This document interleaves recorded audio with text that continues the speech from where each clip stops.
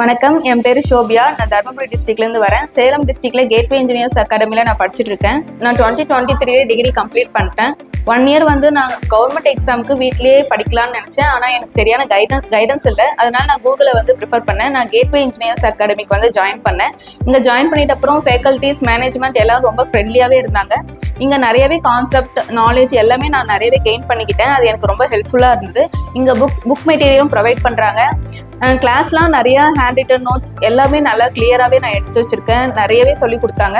அதுக்கப்புறம் test batch வந்து weekly once போட்டுகிட்டே தான் இருக்காங்க. அட்டென்ட் பண்ண முடியாத கிளாஸும் வந்து நமக்கு ஆன்லைனில் ப்ரொவைட் பண்ணுறாங்க. அது நம்ம எப்போ வேணால் பார்த்துக்கலாம். அதுவும் ரொம்ப ஹெல்ப்ஃபுல்லாக இருக்கும்.